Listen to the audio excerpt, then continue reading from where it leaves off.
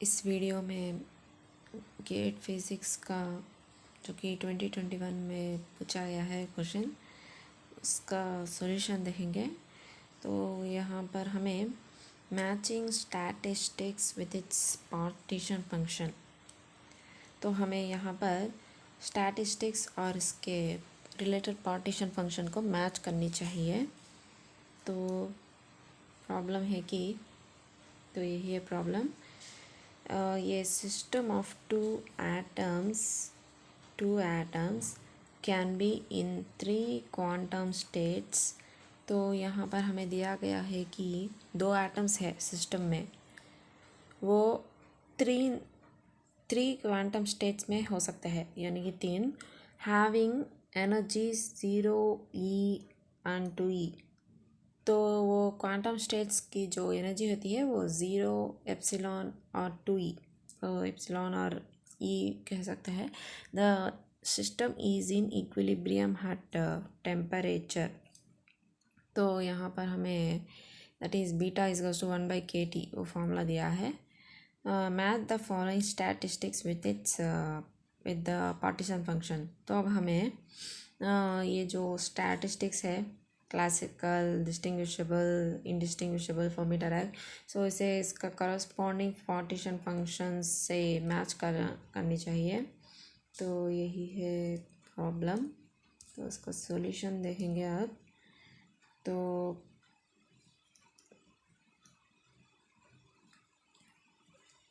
हम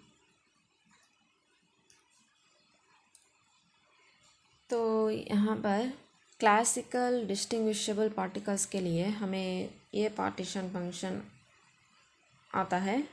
जैसे कि अब हम क्रॉस चेक करेंगे अब, तो हमें तो यहाँ पर थ्री एनर्जी लेवल्स दिए हैं, 0 E and 2E।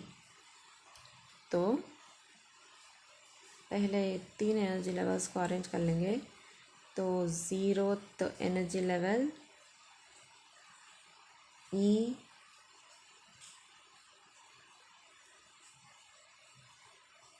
and 2E।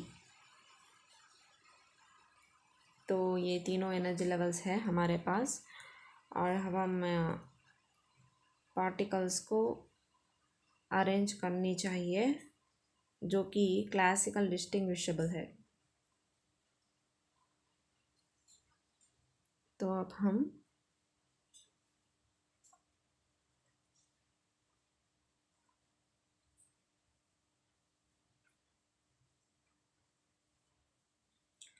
तो फर्स्ट ऑफ ऑल तब हमें अब पार्टिकल्स को अरेंज कर लेना चाहिए। तो हमें तो यहाँ पर क्या दिया है कि क्लासिकल डिस्टिंग्विशेबल पार्टिकल्स, जो पार्टिकल्स है वो क्लासिकल पार्टिकल्स है और वो डिस्टिंग्विशेबल भी है। तो वो यानी कि वो दोनों पार्टिकल्स से हमें उन दोनों के बीच फ़र्क साफ साफ दिखाई देता है। हम ये अलग कर कह सकते हैं। तो हम यहाँ पर या उन दोनों पार्टिकल्स को हम ऐसा, यहाँ पर तो हमको दो एटम्स दिया गया है, 2 एटम्स। तो यहाँ पर हमें इन्होंने दिया है कि दो एटम्स जो है वो डिस्टिंग्विशेबल है, तो दोनों अलग अलग है। तो इस वजह से हम क्या कर लेते हैं कि दोनों अलग अलग एटम्स को एक रेड और एक ब्लू समझेंगे। तो फर्स्ट ऑफ ऑल तो हमें एनर्जी हमें ये पता चलनी चाहिए कि पार्टीशन फंक्शन का फॉर्मूला क्या होता है। That is nothing but z is equals to summation GI into e power, तो ये आई है e power minus beta e, GI into e power minus beta e, यानी कि टोटल एनर्जी। तो e power minus beta e, तो यही है partition function का फॉर्मूला। तो बेस्ड ऑन दिस फार्मूला हमें देखनी चाहिए। तो GI का मतलब है डीजेनरेसी है, कितने पॉसिबिलिटीज़ आता है, and epsilon E is nothing but total energy of the system. तो अब हम एक के बाद एक देख लेना चाहिए। तो फर्स्ट ऑफ ऑल हमें according to this total energy जो है वो ज़ीरो है, क्योंकि e power zero is nothing but 1 and GI is also 1।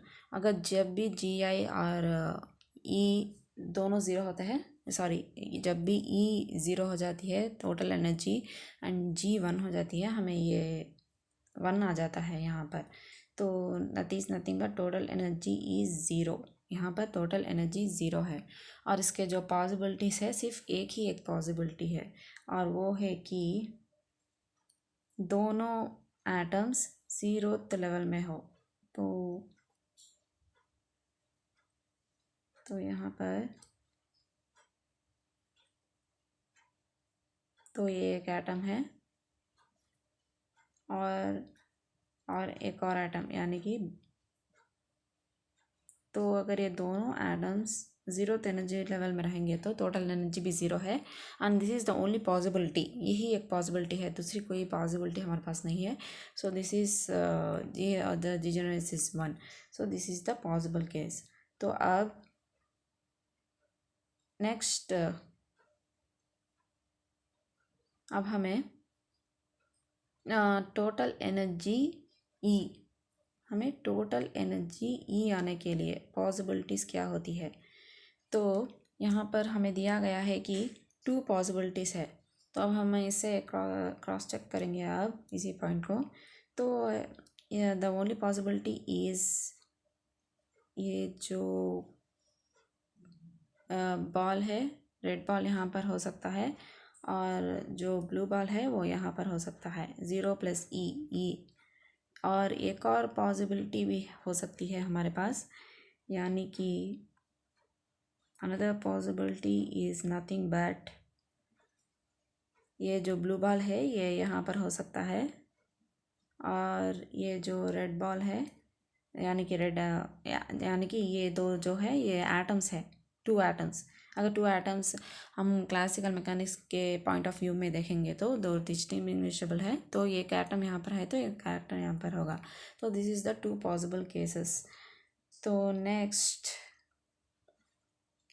Next अब टोटल एनर्जी 2E आनी चाहिए। If the total energy is 2E, तो यहाँ पर हमें 3 पॉसिबल केसेस यानी कि डिजनरेसी 3 दिया गया है। तो अब हम देखेंगे कि क्या है वो, क्या हो सकते हैं वो 3 पॉसिबल केसेस। तो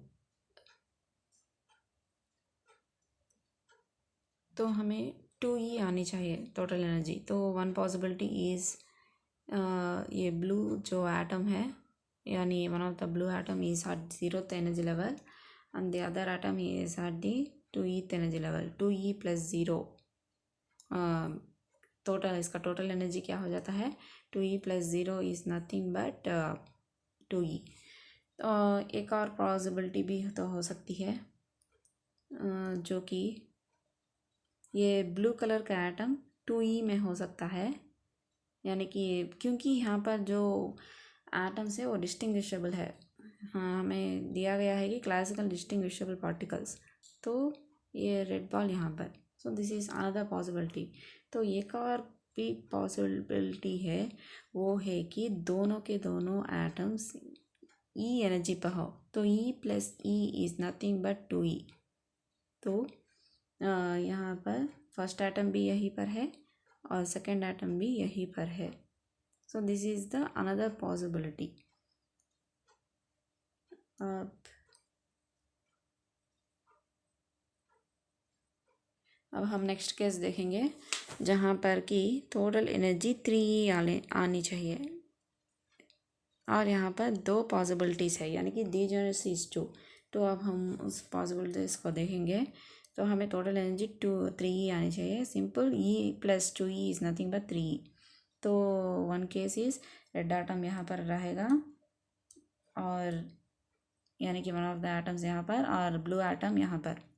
हम डिस्टिंग्विश करने के लिए सिर्फ और सिर्फ डिस्टिंग्विश करने के लिए तो इनकी टोटल एनर्जी 3 हो जाती है। उसी तरह हमें रेड एटम यहाँ पर हो सकता है और ब्लू एटम यानी कि ब्लू का अनदर एटम यहाँ पर हो सकता है। So this is another possible case. हाँ, इसी में तो हमारे पास 2 पॉसिबल केसेस आ गए हैं। There is no another possibility to get the total energy 3। तो एक और एनर्जी है कि 4E के लिए हमें एक ही एक पॉसिबिलिटी है, यानी कि दोनों के दोनों 2e में रहे। 2e + 2e is nothing but 4e। So this is the only possible case. तो अब हम ओवरऑल देखेंगे तो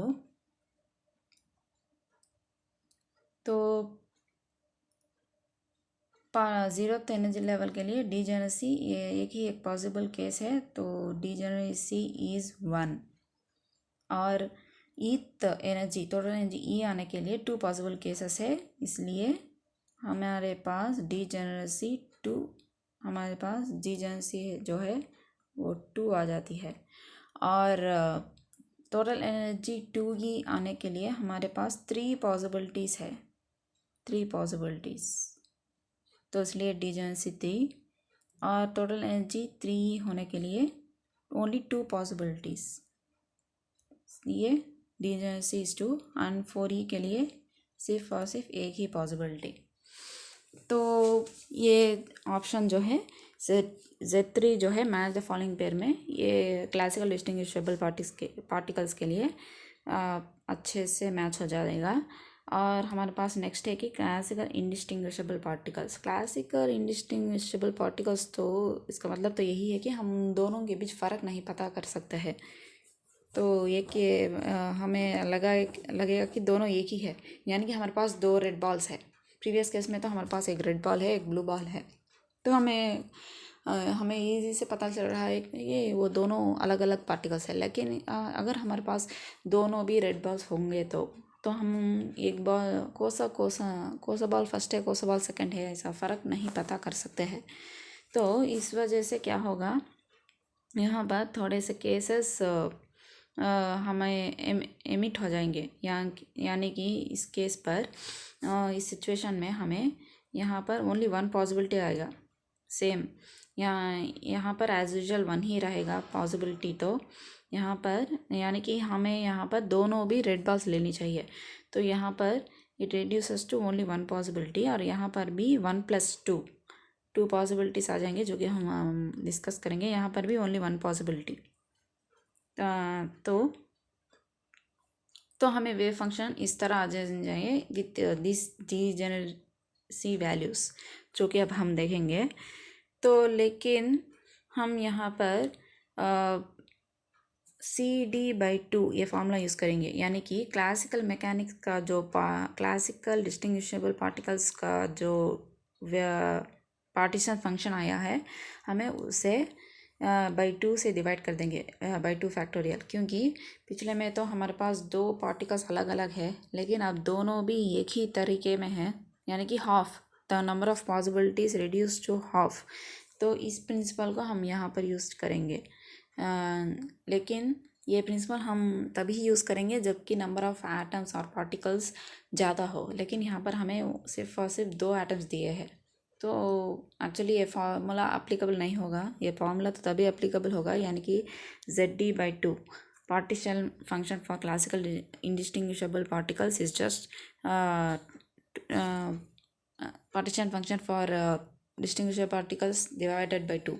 लेकिन यहाँ पर ये फार्मूला अप्लीकेबल नहीं होगा, क्योंकि ये तो स्मॉल नंबर ऑफ़ पार्टिकल्स है। लेकिन हम बाद में यही फार्मूला को यूज़ करेंगे ताकि मैच द फॉलोइंग हमें अकॉर्डिंगली आ सके, तो वो भी हम डिस्कस करेंगे यहाँ पर। तो इस फार्मूला से तो यही आनी चाहिए, यानी कि हाफ ऑफ दिस, यानी कि ये जो है, ये जो पार्टीशन फंक्शन है इसका एग्जैक्टली हाफ, वही तो हमें यहाँ पर दिया गया है। हाफ 1 3/2, यहाँ पर क्या है 1 2 3, 1 में हाफ 1/2, 2/2 इज़ 1, 3/2 एंड 2/2 1, और यहाँ पर 1/2। तो एक्चुअली यहाँ पर उसका एग्जैक्टली हाफ दिया गया है, तो यही ऑप्शंस हमें ऑप्ट कर लेनी चाहिए। लेकिन इसका अगर अरेंजमेंट हम देखेंगे तो यहाँ पर भी अगर हम सोचेंगे कि कैसा होता है डिस्ट्रीब्यूशन, तो ये 0th एनर्जी लेवल है, this is eth energy level and this is 2th energy level. तो अब हम देखेंगे कैसा डिस्ट्रीब्यूट कर सकते हैं पार्टिकल्स को, जैसा कि हमने क्लासिकल डिस्टिंग्विशेबल में किया है। इस तरह अगर हम यहाँ पर करेंगे तो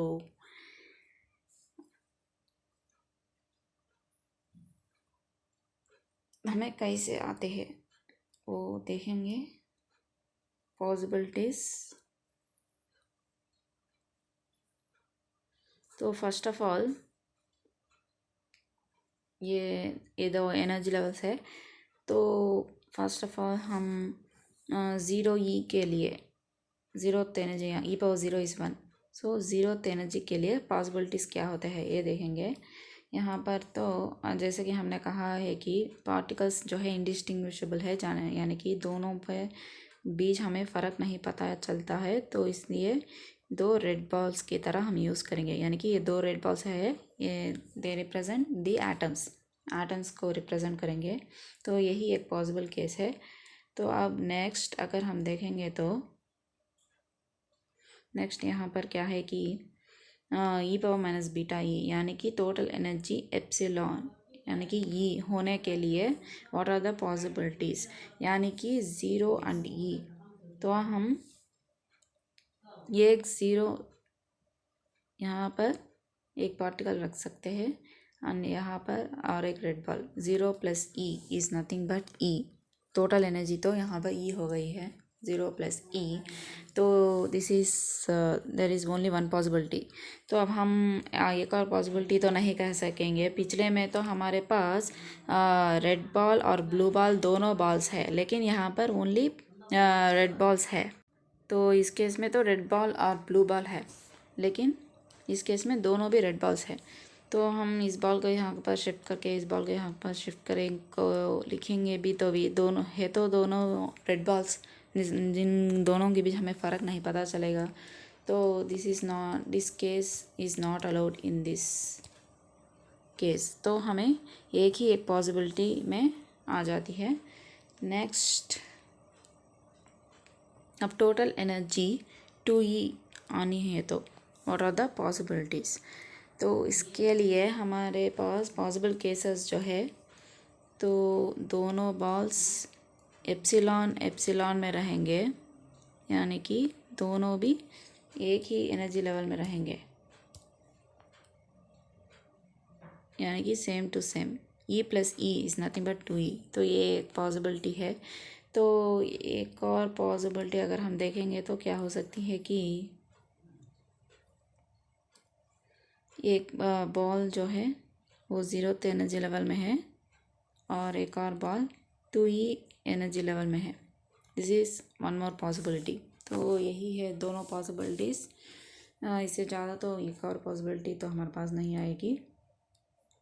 अगर हम नेक्स्ट टोटल एनर्जी 3 आनी हो तो उसके पॉसिबिलिटीज़ क्या होते हैं, यानी कि ये बॉल जो है वो 2E में रहेगा एक एटम, और दूसरा एटम E में रहेगा। 2E plus E is nothing but 3। तो this is the only possibilities, कोई और पॉसिबिलिटी नहीं है, यानी कि डीजेनरेसी इज़ वन। नेक्स्ट, हमें अगर एनर्जी 4 एप्सिलॉन आनी चाहिए तो यहाँ पर भी हमारे पास एक ही पॉसिबिलिटी रहेगी, दैट इज़ दोनों के दोनों बॉल्स यहीं पर रह सके एक ही एनर्जी लेवल में। 2E plus 2E add up to get 4E energy state.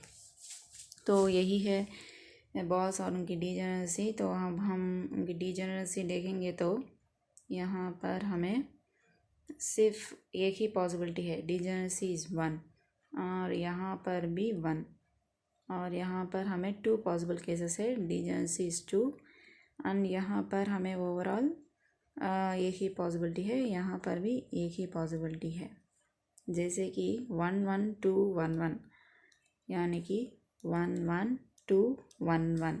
तो ये आनी चाहिए, लेकिन ये ही ऑप्शन ये बोस आइंस्टीन के लिए क्लिक होएगा, इसलिए हमें इसे ओमिट करके हमें एग्जैक्टली हाफ, यानी कि हाफ ऑफ दिस इस फार्मूला को यूज़ कर लेना चाहिए यहाँ पर।